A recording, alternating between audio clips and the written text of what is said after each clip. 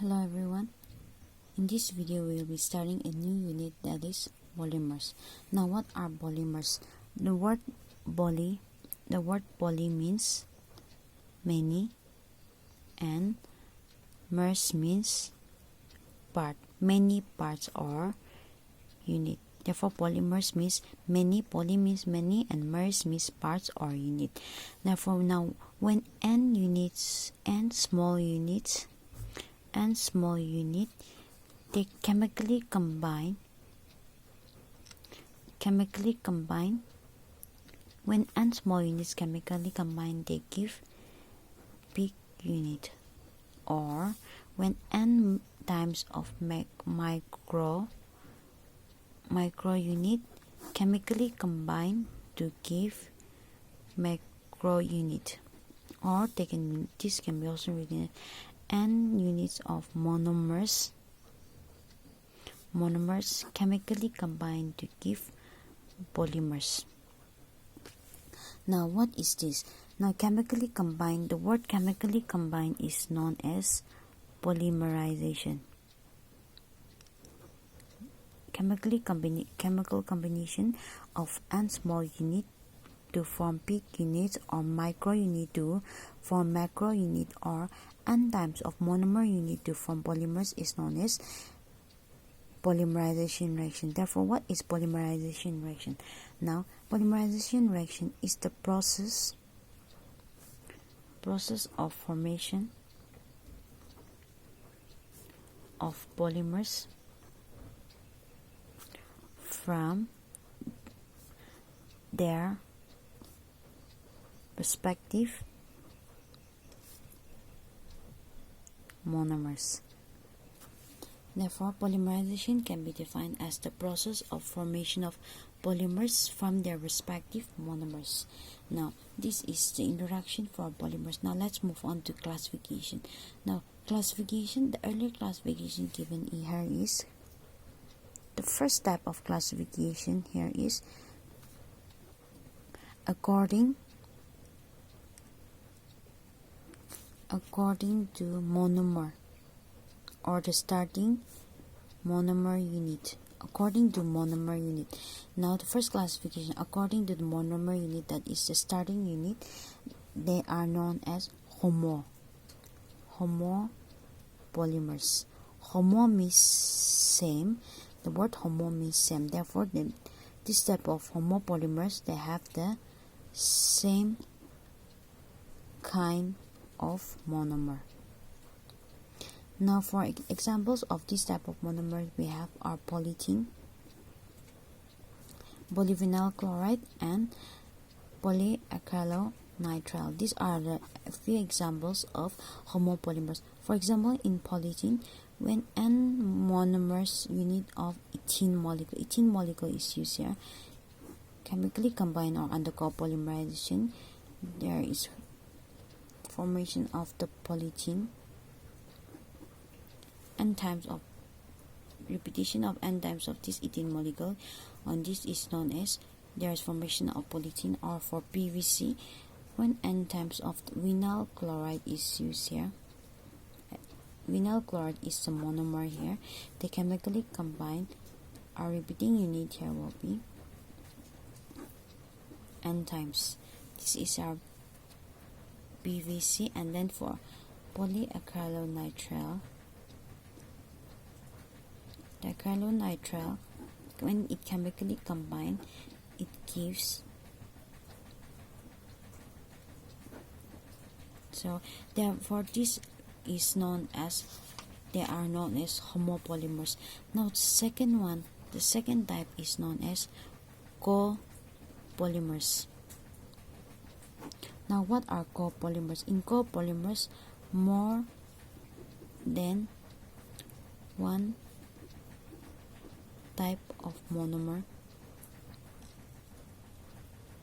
there is more than one type of monomer unit is used in this type of polymers. For example, we have our nylon 66.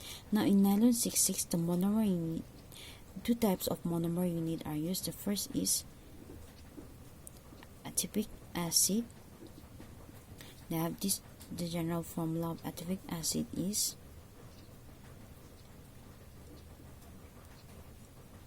this is our acetic acid, and then the second monomer unit is known as hexamethylene diamine. Two monomer units are used. The first is acetic acid hexamethylene diamine, having the general formula hexamethylene diamine has general formula of hexamethylene means there is 6 hexa means 6 hexaethylene molecules. Diamine means 2 molecules of NH2. Diamine hexamethylene means this. Therefore, homopolymers, this is in homopolymers only the same kind of monomer unit is used. For example, polyethylene, PVC, and polyvinyl chloride and polyacrylonitrile. And then the second one is copolymers. In copolymers, more than one type of monomer unit is used. For example, we have here nylon 66. In nylon 66, 2 types of monomer unit is used. The first monomer unit is acetic acid, and the second monomer unit is hexamethylene diamine. Now, the second type of classification here is this type of classification is more reviewed and is usually used than this classification. Therefore, the second type of classification is classified into 4 types. The first one is based on the source of availability, that is how the monomer units are available, on the structure of the polymers. The third one is based on the molecular forces, and the fourth one is based on the mode of synthesis. Therefore, we'll be studying all these type of classification one by one. Now, this is the second type of classification of polymers. Now, the first one is based on the source of availability. The second is based on structure. Third is based on molecular forces and the mode of synthesis. Now, as I discussed this type of classification, if you are watching this video, please open your textbook and try to check on the definitions and then the various types of examples given in this type of classification. Now let's move on to the first type of classification based on the source of availability. In this type of classification, it is classified into 3 types. That is, the first one is natural polymers. The first type of classification of polymers is natural polymers. Now, what are natural polymers? Natural polymers means they are obtained naturally from the environment, like from plants and examples. For example, starch. Starch is also a polymer. Cellulose, proteins, nucleic acids, and natural rubber. We will be studying all of these one by one as we go on with the chapter. As for proteins and nucleic acid, this will be studied in the unit for biomolecules, and in this chapter we will be studying what natural rubber process of preparation of this natural rubber and what natural rubber is. Now, the second type in the first classification based on the source of availability is synthetic polymers. The word synthetic itself, we can make out that these are man-made or they are prepared in the laboratories. For example, the most typical example is our polyethylene, PVC, nylon, Teflon, bakelite, terylene, and so on. Therefore, these are the various type of polymers that are man-made or they are prepared in the laboratory. In polyethylene, the monomer unit is ethene. In PVC this is our monomer unit. In nylon, we have seen it was acetic acid and hexamethylene diamine, and then in Teflon, our monomer unit is tetrafluoroethene, and then for bakelite, the monomer unit here is alcohol and aldehyde, and then this is a copolymer, means more than one type of polymer unit is new, and in styrene the monomer unit is ethylene glycol and terephthalic acid. So this is also a copolymer. Therefore, these are the various types of synthetic polymers that are prepared synthetically in the laboratory. Now the third one is semi-synthetic polymers. Now this type of polymers, these are the polymers that are derived from the naturally occurring polymers by chemical modification. From these naturally occurring polymers, the semi-synthetic polymers are obtained from the natural polymers by chemical modification. For example, here is cellulose diacetate polymer and vulcanized rubber. Therefore, these are the semi-synthetic polymers that are obtained or derived from the naturally occurring polymers. By chemical. When these naturally occurring polymers they undergo chemical modification, semi-synthetic polymers can be obtained. Now, the second type of classification, that is based on structure. According to the structure, the classification is of three types. Number A is linear polymers. Now the word itself, linear, means the monomer units are linked together. They are linked together linearly to form long chains and linear chains. They are linked linearly. The polymer chains are linked linearly in this way, that they are long chains and they are linear chains. This type of linear polymers, for example, they are high density polyethylene, HDP, PVC, nylon, etc.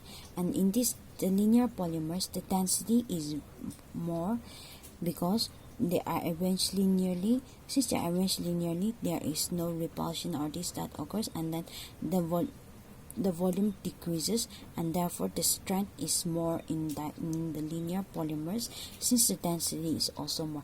So that we know that if density is more, strength will be more.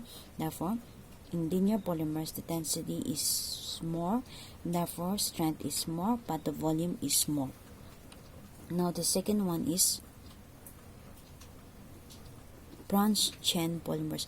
Now in branch chain polymers, the polymers occur in chains, but there is branching. Branching occurs in this type of polymers. Therefore, the monomeric units, they are joined to form long chains. However, they have side chains or branches of different length. This can be longer than this, or this can be longer than the branching chains are of different lengths. Now, since there is branching occurs, the volume of these polymers increases, and therefore if volume increases, density will decrease, and then strength will also decrease. In linear polymers, the volume decreases because there was only straight chains. Therefore, density increase and strength was more. For branch chain, it is the opposite of that. This is the opposite of that of the linear polymers, because the volume here will be more because of branching, and therefore the density will also increase, and then if density increase, strength will also automatically increase, because repulsion between the branch chains takes place, thereby increasing the volume, and therefore strength will also be more and density will also be more. For example of this type of polymers would be a low density polyethylene, and then starch, and that. Now the third one is